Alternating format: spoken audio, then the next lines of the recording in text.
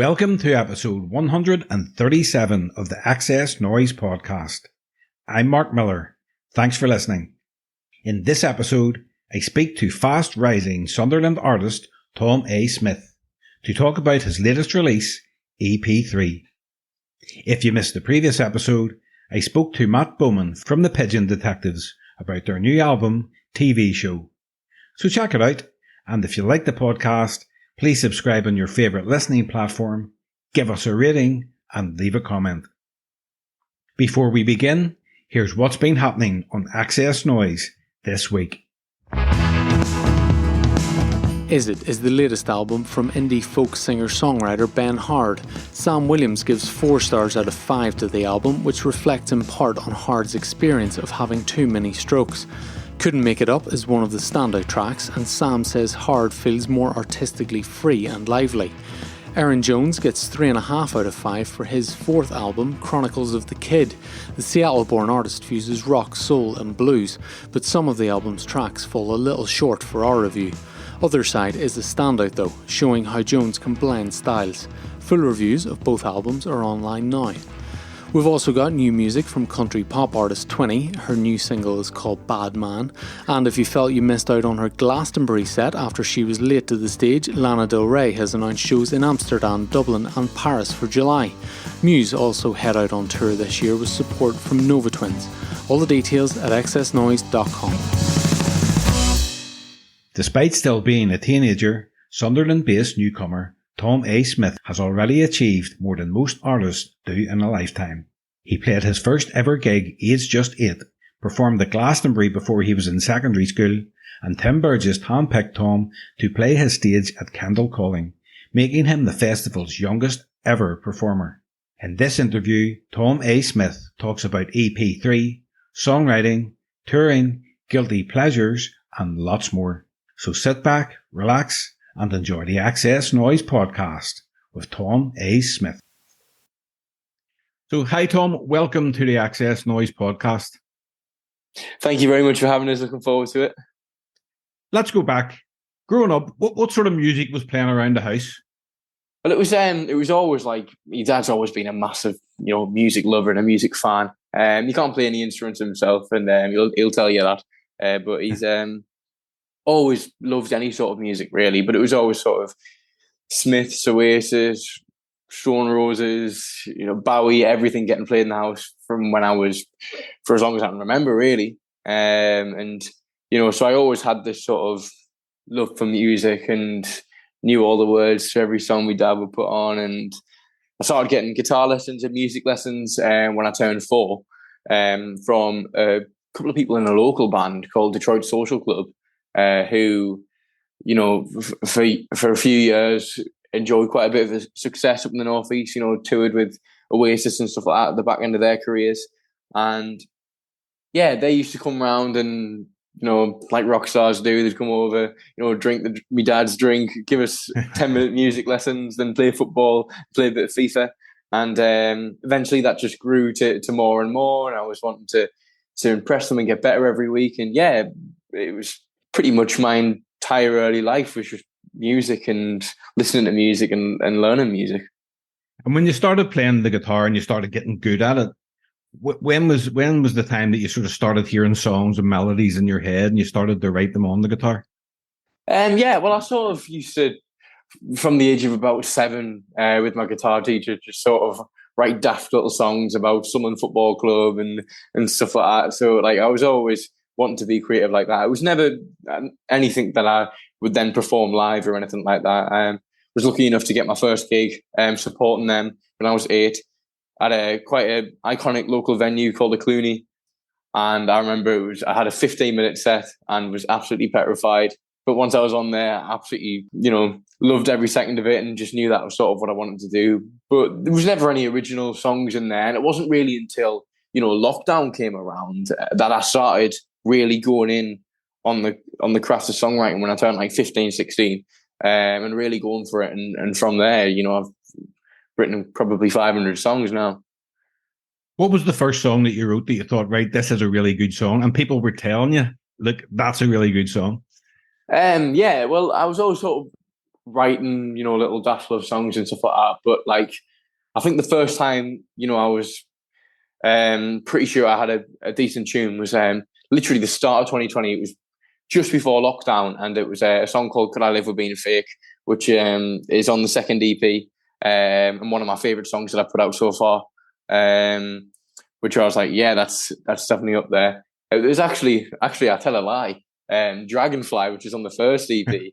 I wrote that when I was 14. It was quite different to the version that I ended up releasing, but when I was 14, I wrote that. So that was probably the first one where there was probably an element of, this has a bit of potential about it. Well, you've been championed by BBC Radio 1, Radio X, Absolute Radio, and many more. Can you remember the first time you heard one of your songs on the radio? Yeah, I mean, I was very lucky to be supported by the amazing John Kennedy at Radio X. He was, really supportive and fantastic to me at the end of 2019, start of 2020, especially then when we went into lockdown. Basically, I remember the first time I got played on Radio X was my song "Could I Live with Being Fake," and he played, a demoed version of it before I'd even recorded it or anything like that. And he played that, and then from there, every time I wrote a demo, I'd send him it, and then, he'd play that again, and I got played on Radio X with 4 different songs for 4 weeks in a row, from John Kennedy, which was, phenomenal for me when I was 15, and I was always had Radio X on in the car and stuff like that, which was amazing. I got played on, like the introducing shows in the North East and stuff like that. I was fortunate enough to have the opportunity to do a bit of radio hosting for a few years, and hosted my own radio show on Spark, which is a local radio station to me. And, obviously might have played my song a couple of times on there. As you do. As you do. But yeah, they were always dead supportive of me as well. And then obviously as I started releasing singles, probably Radio 1 and Jack Saunders and Clara Amfort, started really getting behind it. And they play me pretty much every show now, which, it's just like a joke. It's unbelievable. Well, congratulations, because today you've released EP3. Yes. I've really been enjoying it. There's brand new original songs, there's a cover version, there's a demo, there's song collaborations, on a 6-track EP. So let's talk about some of the tracks. Weirdo, it's a banner. I love the 80s synth vibe it has, and the driving drums. What can you tell me about that song?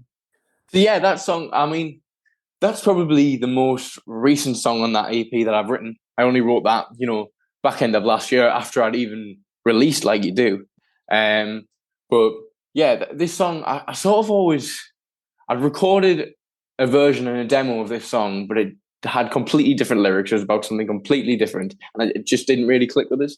And then about a week of having that, I decided to change the lyrics and wanted to sort of have a song that would be sort of really easy and a daft song to play live that, everyone can get involved with. And the chorus, by the time the second chorus is there, what's happening, and you're getting the gist of it. And I think Weirdo, of the songs that I put out so far, is definitely the most catchy, fun, out there song that I've done. And, it's got a real heavy sort of punky vibe to it, coming back to, the sort of Macam punky northeast sound with like all the Future Heads and all that. But you're right, with that real 80s sort of twist on there with the synths.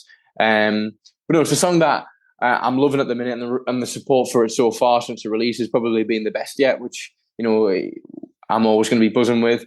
And yeah, and it's super fun to play live, and every time we played it live since then, it's been getting a great reaction.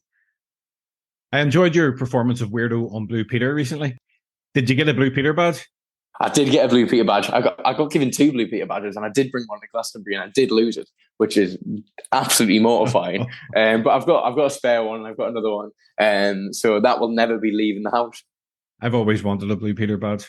Yeah. I mean, I used to watch Blue Peter when I was growing up on CBBC. I don't think it's as much as a popular thing now as it once was, but it's always pretty cool to flash out. The worst is still to come. It probably has the heaviest lyrics on the EP. I love the line, "Take what you need and spit in my face." Yes. That song is a song that I wrote basically, it would have been right in slap bang in the middle of lockdown, the first lockdown. and it's a song that I've always is very close to me and very deep to me. It's sort of about worrying about the start of like doing music as a job and doing all that and the worries surrounding that. And yeah, it's a song that's very personal and deep to me, and I haven't been able to play it live yet. I've always wanted to try and keep it away from playing live, so that when it's come out on the EP you hear it for the first time. But I think I'm going to start putting it in the set now. But yeah, you're right, it's definitely the most open and out there song that I've put out so far, and the response that I've got from it so far this morning has been amazing. Yeah, it's a great track. It really stuck out to me when I listened to the EP for the first time. Yeah, no, absolutely. The recording process for that was pretty standard to the way we normally do it. Where I think the vocals, that it took me one take, which is I was buzzing with, but it's come out in so many different forms, demos over the last few years, and it's never really struggled to sort of get the sound and the vibe of it to match the emotion with the lyrics and everything like that. But I finally, when we got to the studio, managed to sort of, when we were there, clean it up a little bit, and basically it just came down to stripping it back as much as possible, really. There was always so much going on in my other demos with it, and I think it just needed, the words and the vocal performance itself, carries the song on its own, that it doesn't need too much going on with it. And I love the way that the drums and the bass sort of push the song right through for the entire track, and yeah, I'm loving how it sounds, and I can't wait to play it live. Like You Do is a great track. It was co-written with Miles Kane. So when did you meet Miles, and how did you end up writing the song with him? Yeah, so Miles and I toured together at the beginning of last year, May of 2022, and it was the first major tour I'd done with the band, and it was a brilliant week. We played Roundhouse in London, we played Albert Hall in Manchester, so many iconic venues, and it was the second day of the tour actually in Cardiff, and Miles' band said to us just after I came off stage, "Oh, Miles, what you set?" and thought it was absolutely incredible. Do you and the band want to grab a drink with us after? And then and I was like, obviously, yeah, of course. And so I got chatting to him, and he was like, "So I want to get in the studio with you. I want to write a song with you, and we'll just sort of have fun, see how it goes." And basically, it's actually the demo of me that's on the EP. Is the original version of Like You Do, which I was playing just me and a guitar on that set and on that tour. And he saw that and really, really liked the vibe of it, the sound of it. But he felt it needed a chorus and just something to give it a little bit more of a hook. And we got together in the studio, and it took a few hours, and we recorded it and put it down and wrote the chorus together and a few of the backing vocal parts and changed some of the lyrics together. And yeah, it's a song that I'm really, really happy with, and it's been going down live so well over the last few months, and it's definitely been getting a good response in the sort of Liverpool area. And I was fortunate enough for him to join us on Soccer AM and play it with us too. So yeah, big thanks to Miles, and he's he definitely smashed it with that one. I love that you included the demo of me, the early version of Like You Do, before Miles got involved on the EP. I love listening to the demos and hearing how they develop into a new direction and a finished song. So why did you decide to put the demo on the EP? You know what it is? Because I've got so many demos and songs recorded and written that I could put on there, but I really just wanted to show what Miles had done and what it was before, and there's some people who also really liked the version that I was playing live, because when I was playing live, it has that stop, and I'd leave that stop maybe 30 seconds, sometimes to a minute, and just let the entire room go completely silent and come back in again. But I just wanted to show how what we had translated into what we ended up with. And yeah, I think it's a really cool way to end the EP as well, because it's just sort of me and a guitar, and it's very sort of mysterious in a way. And I love the sort of the basicness with the recording of how it was literally that demo there is the demo that I recorded and sent to Miles the day before we went to the studio, so we could, base it around that. So I thought that was pretty cool to put at the end of the EP. Yeah, I enjoyed listening to it and then comparing, both versions. Do you enjoy writing with other people? I do, yeah. I mean, for quite a while, I was very sort of against the idea. I was sort of like, well, I'm writing myself anyway, and I'm writing all these songs. Why do I need to? It's not really necessary. But I think it's really good sometimes to just have another set of ears who knows what they're doing as well, and is experienced in that and wants to help you get involved in it. I don't really see the problem, because the thing is, you can write as many songs as you want. You only ever have to put out the ones that you think are good. So it doesn't really make a difference. You can write with everyone, and it doesn't really matter. If you think the song's good, then you release it. If not, then you don't need to. So I was always quite against it for a while, but when an opportunity like that comes around to work with someone like him, you're not going to turn it down, because I always just thought, if nothing comes of it, nothing comes of it. But if we get a great single out of it, I could release a single which has Miles Kane on it. So I can't really lose there. And there's a cover of Swedish House Mafia's "Don't You Worry, Child." Why did you decide to record that song? Was it a song you've always enjoyed? Yeah, I mean, it's an absolute tune, but I feel like with covers, doing the genre that we're doing, there's so many incredible, sort of rock, alternative, indie songs out there that I could just cover, and it wouldn't bring anything else or bring anything different to the song that I already had before. And so I just sort of felt like it was pointless. Florence and the Machine did a brilliant cover of the dance song "You Got the Love," which is an amazing cover. And I just sort of wanted to do something like that, where it was like a big, house dance tune that is then turned into something, heavy, and give it a different bit of life, I suppose. And this one really stuck out for me because, obviously everyone knows that big hook after the chorus. And I did it at Leeds Festival last year. I opened Leeds Festival on the Thursday night, and there was probably about 6,000, 5,000 people around in this tent, and it just went absolutely wild for it. So, and we've been doing it live in festival slots and doing it live and headline shows as well. And people have always said, you should put a version of that out. It's sounding cool. And that version that we put out actually is just a home demo. I've recorded that in my house. It's it took quite a while, but I'm really happy with the production level of it, considering I've just done it on my Mac at home. But yeah, it's something a little bit different. I've got so many songs written and ready to go, but I feel like the odd cover here and there is not a bad thing, especially if you give it a bit of personality that goes with your sound and goes with what you're doing, and I think it really brings that with it. Well, you're not a stranger to covers. The week David Bowie passed, David Bowie's wife, a man, shared your cover of Lazarus online. That must have been amazing. Oh yeah, absolutely. I mean, what an absolute legend he is, and I was very lucky enough to be asked to be involved in the tribute show in Newcastle the week he passed, and it was basically everyone got involved, covering Bowie songs, and the love and support that she showed. That cover was amazing, and to have someone like that who literally couldn't know the man more, be respectful of a cover version of the song he's written, was amazing. And especially a song that was off his last album as well. What an album that is. And yeah, it was. I mean, it was pretty cool at the time. Even as a 12, 13-year-old, I was blown away. What song on the EP means the most to you? What's your favorite today?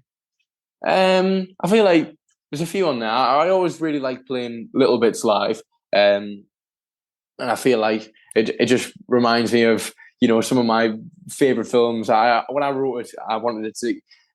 If they made Rocky IV nowadays, what songs would get on Rocky IV? And I wanted this song that would get on there, and that one sort of feels like it could to me. And yeah, that one up there, definitely. And I definitely hit the big red single button on that one, and it sounds massive live, and the support it's been getting is amazing.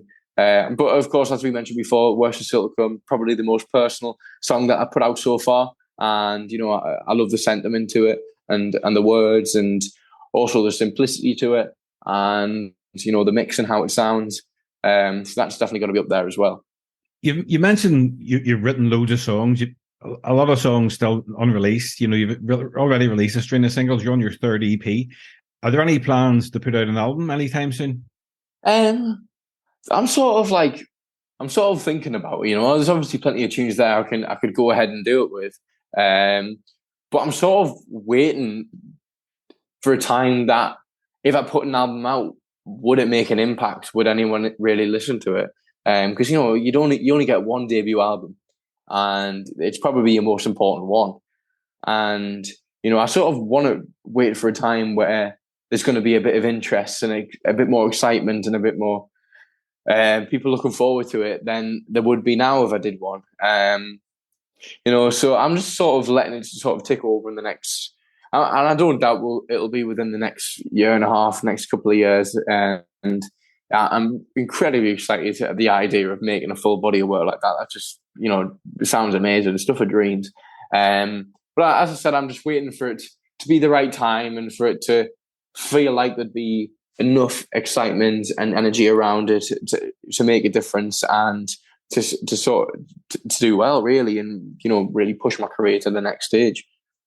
Well, you played Glastonbury last weekend, which you have played before. How much did you enjoy it this time round? Oh yeah, it was brilliant. I mean, I've been fortunate enough to go to Glastonbury on a few occasions, and that was probably the most fun I've had at Glastonbury. We got there on the Wednesday and left on the Monday, and it was the first time doing it with the full band as well, which was incredible. I played on the Thursday night and did an acoustic set at the iconic Strummerville stage, which is right at the top of the back of the camp, and there's probably a good few thousand people absolutely rammed up this hill watching this acoustic set, which was amazing. The stage manager came on stage and asked me to tell everyone to stand up because they can't fit anybody else in, and there's a big queue outside to get in, which was amazing. And then we did Left Field on the Sunday, one iconic stage again. Billy Bragg and everybody working Left Field stage this year did an incredible job as always in making it, such a brilliant atmosphere and vibe to the weekend. And it was a brilliant set that we really enjoyed. Unfortunately, we did clash with Blondie, who probably took away a few people, but it was a great set nonetheless. And the people who were there really, really did enjoy it. And we got a great reaction from it. And now the band can say they play Glastonbury as well, which not many people get to say, which is what an iconic festival, and we hope to be back as many times as possible because there's just literally nothing like it. Yeah, no, there definitely isn't. I mean, you've played hundreds of gigs over the last few years. Are you comfortable on stage now? What goes through your head when you're about to step on the stage? There's not much really. I mean, I'm quite strange in the fact that I quite like bad things happening before I go on stage. I think it's like it sort of shows that it's going to be a good show. Like the other week, a seagull flew over us 10 minutes before I was on stage and just excreted all hours, all through my hair, all over my clothes, in me chips that I had just bought as well. And then I went out on stage and we probably did the best gig we'd ever played. I obviously washed it off a little bit first. I didn't go on stage covered in it. But yeah, that I always sort of like bad things happening before I go on stage. Actually, it happened again at Glastonbury, like literally the day before I was on stage. But yeah, it's always like before we go on stage, there's always so much to think about and do before you step out there. So once you're on there and you're enjoying it, it's sort of you're just sort of thinking about your set list and you're thinking about the lyrics and you're thinking about what do I need to do with these pedals, all that throughout the song. So not much goes on before we get on stage. We don't have any sort of rituals or anything like that. We do. I know some bands do, but we just sort of get on with it. When you're on tour, what's the first thing that you pack that you can't do without? Oh, you got to pack your essentials. We should probably pack more food. We never pack food, so then we end up spending an absolute fortune on the road at service stations and stuff like that. So we should probably do a bit more of that. But yeah, I mean, I always bring an abundance of spare things, like spare jack leads, spare cables, spare everything, because like I dread the idea of something not working or knacking up halfway through the tour, which we've had happen before. I remember the first day of a tour we did last year. My drummer volleyed a 9-volt plug across the room, and it just ripped it in half. And we didn't have a single spare one, and we were on stage soon. So then the micro core keyboard didn't work. But yeah, we bring loads of spare stuff. Make sure we've got everything. We've just got a new van actually, which packs loads more stuff in. Which my dad, who does all the driving, is loving. And everything used to be like playing Tetris, trying to pack the van before. But now there's a bit more room in there, so we can afford to pack a few more things, a couple of spare guitars and stuff like that. But yeah, we sort of just make sure we have everything. Nobody's allowed to be involved in me packing everything into cases and stuff like that, because I just know every little tiny thing that goes into certain cases and where everything goes. So that's all down to me for the whole band. But yeah, we're quite good at not forgetting anything actually. So everything gets packed, and literally the van is absolutely rammed when we head on the road. Have you seen the Dave Grohl documentary about bands touring in vans? Oh no, I haven't. No. Yeah, he's done a documentary. He interviews rock stars from now and back in the day. Yeah. and they talk about their tour vans that they first started back in the day, right at the beginning. Oh, I love that. Amazing. Oh, I might give that a watch. Yeah, it's good. Yeah. We had just like a little split van to start off with, but we amped it up a tiny little bit more now. It's still not loads of room to make it the most comfortable journeys ever, but it's definitely more than enough now, which is nice. Yeah, well, Dave Grohl still has the original Foo Fighters touring van. It's a small van, and they talk about packing stuff in and where people were sleeping on top of each other. And oh, I love that. That's amazing. Yeah, it's cool. So, Tom, you've achieved so much so far. What's left on the musical bucket list? What ambitions do you have going forward? I just love to play the Pyramid Stadium. I've been to Glastonbury so many times, and it's like my absolute dream. But what it is, people ask me that a lot, and I sort of think, well, I've not really done anything yet. Like nobody really knows who I am really. I'm doing my own headline tours, which is amazing. I've got a massive 30-date one at the end of the year, but you look at the tour and you look at the venues and the 100 cap, 150 cap, 200 cap rooms, and there's bigger rooms than that. Like you can get bigger than that. So I'm just chipping away at it, enjoying every single day at the minute, and getting as much out of it as I can. And yeah, hopefully down the line it can progress and keep getting bigger and keep improving like it is now. And I'm so happy and so thankful for the support and the love that I've been getting over the last sort of year and a half, and how it's very gradually growing and growing, and there's so many people who I see at every show being supportive, and people knowing all the words, which is amazing.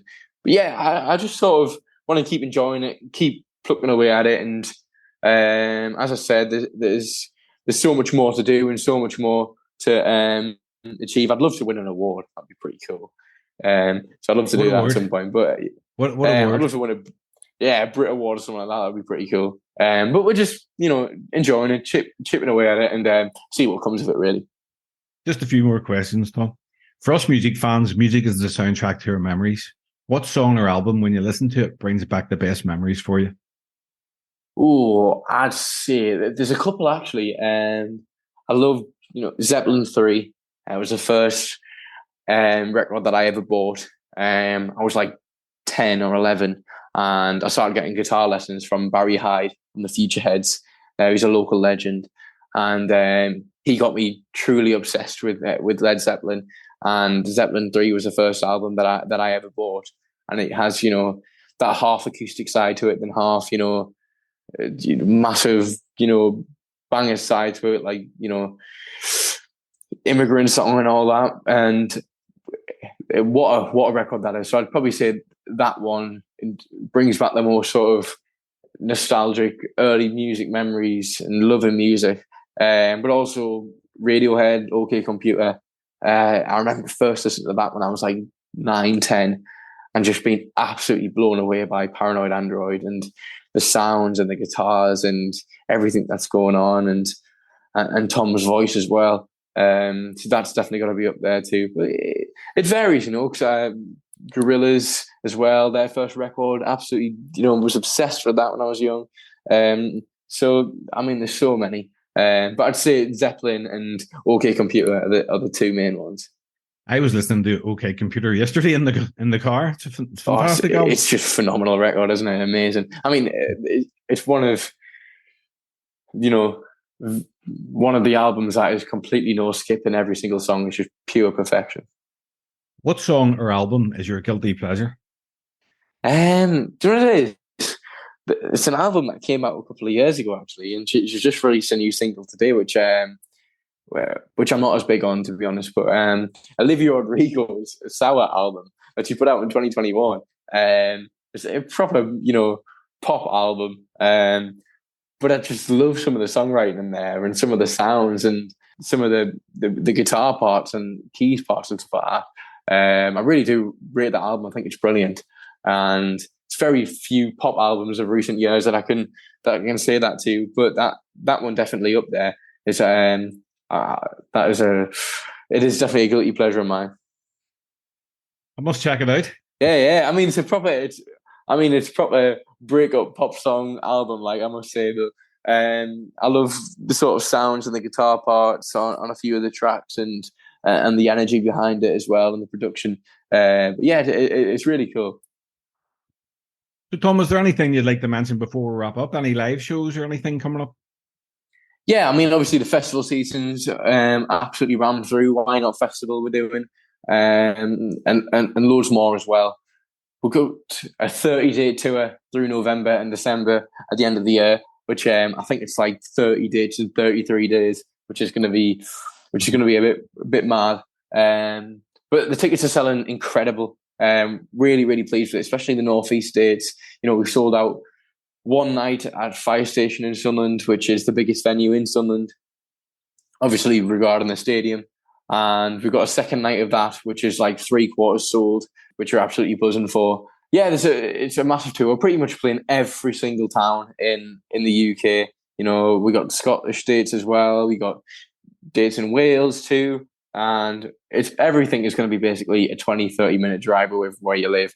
So if you want to come and check us out live, the energy and the vibe live is amazing. And we've been going down really well on stage. So yeah, come and check it out. It's going to be an absolute party. Nice one. Well, Tom, that's me done. Thanks very much. Really enjoyed talking to you. Yeah, no, absolutely. Really enjoyed the EP. Perfect. Okay. Thank you very much. Cheers. All right. Well, all the best and have a good day. Nice one. You too. Lovely stuff. Cheers, Tom. Bye-bye. Bye.